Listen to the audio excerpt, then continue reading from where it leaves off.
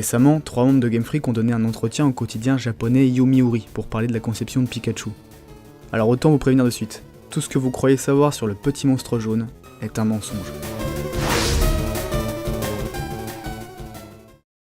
D'abord, vous le savez peut-être, mais la personne à l'origine de Pikachu, c'est elle, Atsuko Nishida. Quand elle entre chez Game Freak, c'est pour travailler sur Pulseman, un jeu sorti sur Mega Drive en 94.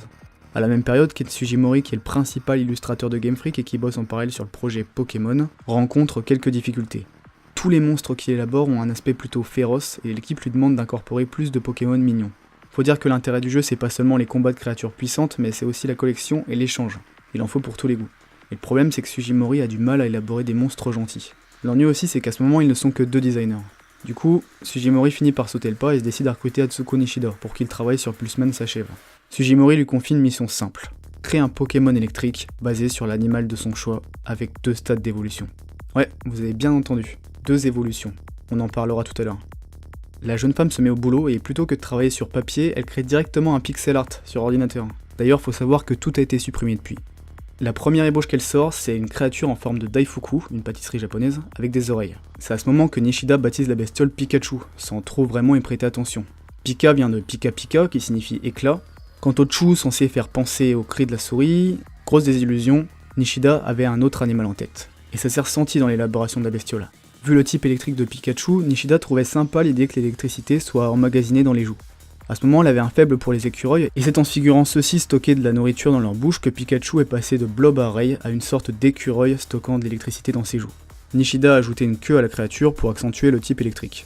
Quant aux pointes noires des oreilles, c'est un reste des premières ébauches de type Daifuku. En voyant le travail de la jeune femme prendre forme et au vu du nom de la créature, c'est Satoshi Tajiri, le boss de Pokémon, qui a décidé de désigner Pikachu comme une souris électrique. Enfin, c'est Ken Sugimori qui s'est occupé de dessiner la version la plus aboutie de la créature, alors en noir et blanc et encore à l'état de pixel art. D'ailleurs, c'est lui qui a choisi la couleur jaune, rendant le type de Pikachu plus facile à définir. Concernant les formes évoluées maintenant. Comme je l'ai dit tout à l'heure, Pikachu devait en avoir 2. Le plan, explique Atsuko Nishida, c'était Pikachu, Raichu et Gorochu. Une créature avec des crocs et une paire de cornes.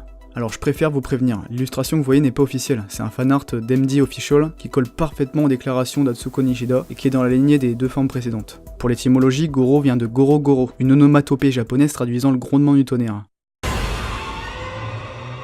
À l'heure actuelle, on sait pas encore si Sugimori a redessiné la créature de Nishida ou si Gorochu n'a eu qu'une version en pixel art. Ce qu'on sait en revanche, c'est que si ce Pokémon n'a pas vu le jour, ça n'a aucun rapport avec son design. Selon Sugimori, c'était pour des raisons d'équilibrage du jeu.